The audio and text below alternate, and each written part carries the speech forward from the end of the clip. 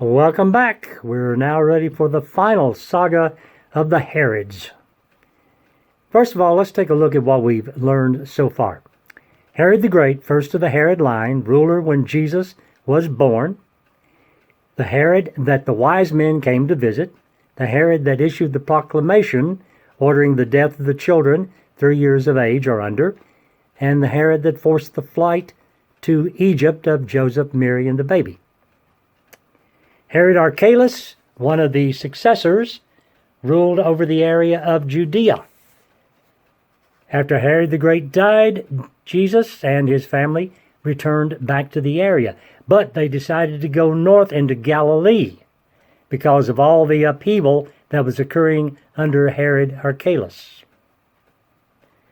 The area they moved to was controlled by Herod Antipas. Herod Philip, or Herod the Second, was a half-brother to Antipas and Archelaus. He ruled in the north and the eastern parts of the kingdom.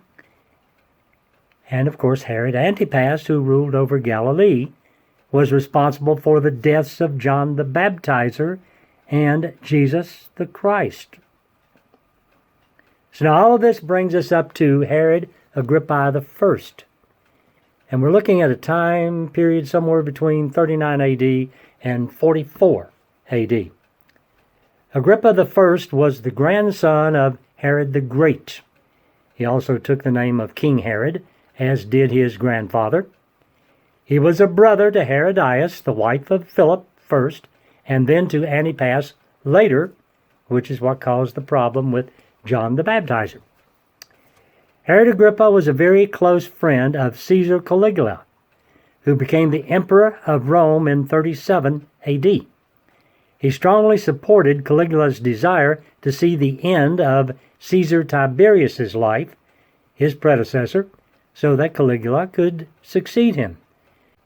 Caligula was willing to allow Herodias, his sister, the sister of Agrippa I, to keep her property, but instead she chose to go into exile with her husband Antipas. Thus, Agrippa I takes charge, and he pursues a policy of Jewish nationalism and honored most of the Jewish traditions. In the Bible, it was Agrippa I who ordered the death of the disciple James, the son of Zebedee and brother of John, as well as the persecution of early Christians, Acts chapter 12. He died in 44 AD, after he made a public appearance in which he claimed himself to be a god, and the crowd roaringly approved. Biblical writer Luke and Josephus, the Jewish historian, both attribute his death to excessive pride. Acts chapter 12, verses 20 through 23. And the passage tells us he was struck by an angel and then eaten by worms. So once more, before we continue, let's review. Herod the Great, birth of Jesus, visit of the wise men, death of the babies, flight into Egypt. Herod Archelaus, despotic rule, upheaval, 5,000 killed, forced Mary and Joseph to go north into Galilee. Herod Antipas, ruler under which Jesus was raised, married to his niece, who was married to his brother before, was responsible for the deaths of John and Jesus.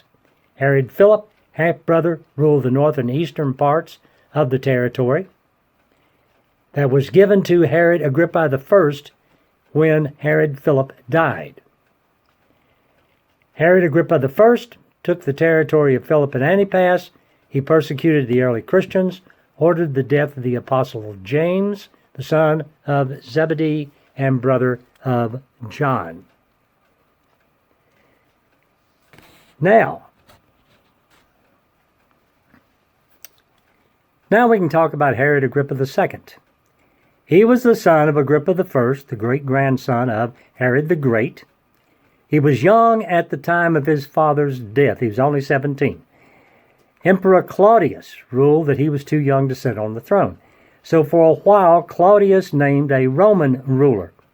And eventually Agrippa II would get control over the kingdom and all of the holdings that his father had ruled over. and the Emperor Nero also gave him some additional territory. He was the last of the Herods to hold power. In 70 A.D., Rome invaded the city of Jerusalem, destroyed the temple, and basically took charge. Agrippa II would continue on the throne until his death in 93 A.D., although the last 2 decades of his life were spent almost exclusively in Rome.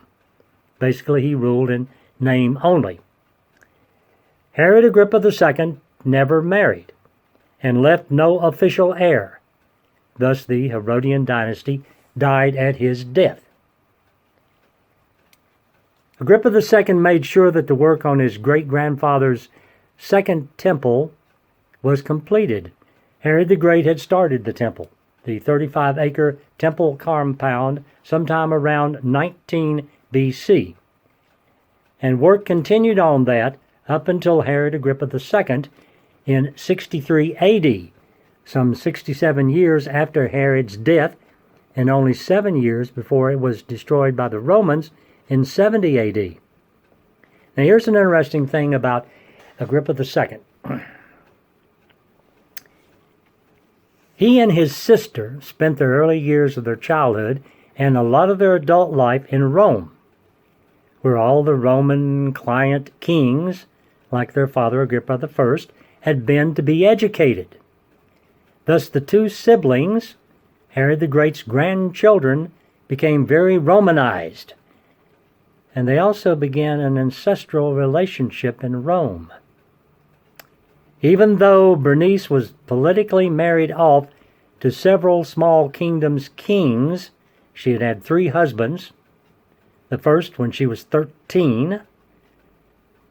Her 3rd marriage ended, and by the age of 22, she was single again. She and her brother were accused of having an incestuous affair, and even to the Romans, that was unacceptable. One could marry a close relative like an uncle, an aunt, first cousin, but never a brother or a sister. It was Agrippa II, along with Roman leader Festus, who interviewed Paul after his imprisonment following his 3rd missionary journey. Now, if you read Acts 25 and 26, when you get a chance, Agrippa II gets a lot of coverage, 2 chapters worth.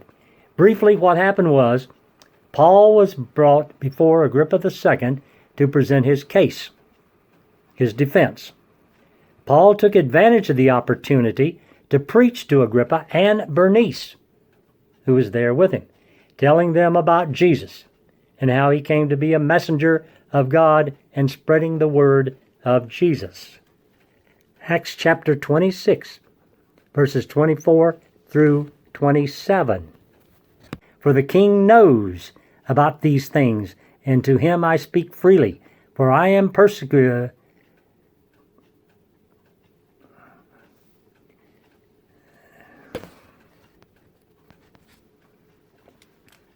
And thus he made his defense.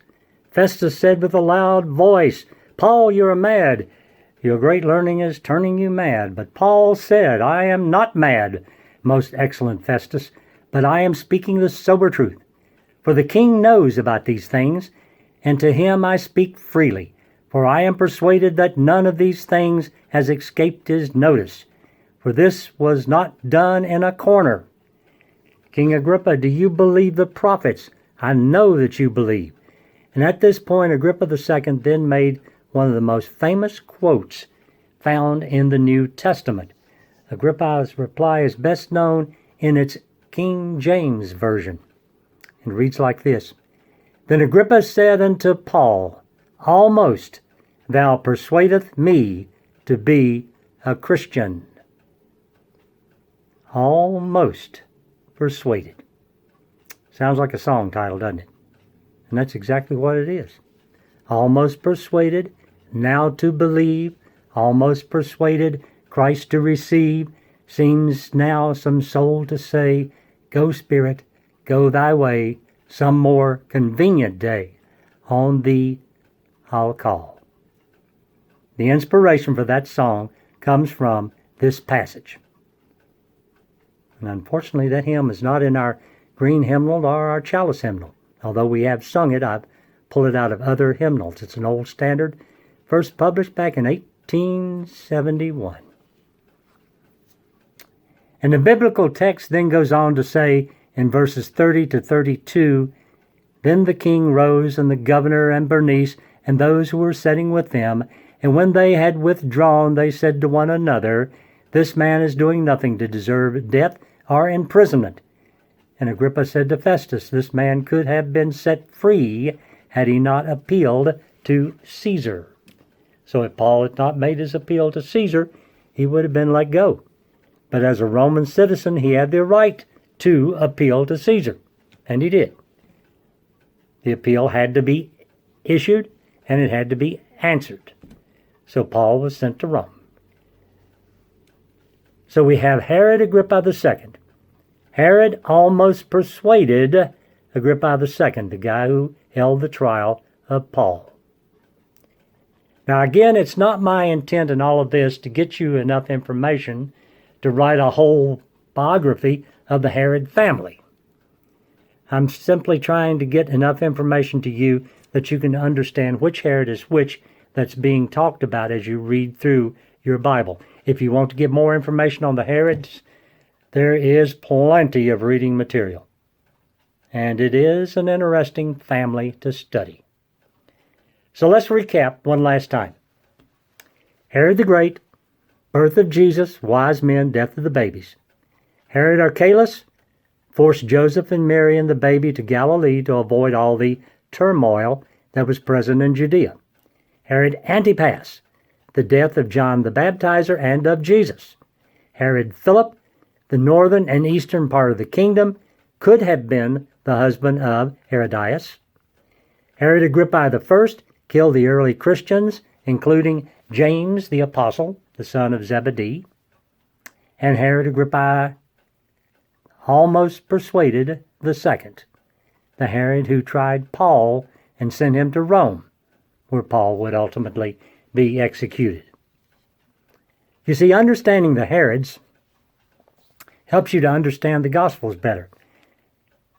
And that should help you be able to keep them separated in your mind as you read through the Scriptures, or somebody else reads through the Scriptures. You have an idea which Herod they're talking about. So much for the Herods. Now we move on to another famous name in the Bible, Mary. And if you think the Herods are interesting, trust me, Mary, quite contrary, is going to be very interesting as well. If you have any comments on this series, let me know. Call me at 502-876-3969, or you can text me, or you can email me at lfc948@yahoo.com, or just ask me whenever you see me. Next time we'll talk about Mary. And until then, I'm Larry Childress for Crestwood Christian Church, P.O. Box 97, Crestwood, Kentucky, 40014. God bless you and care for you. And I'll see you again.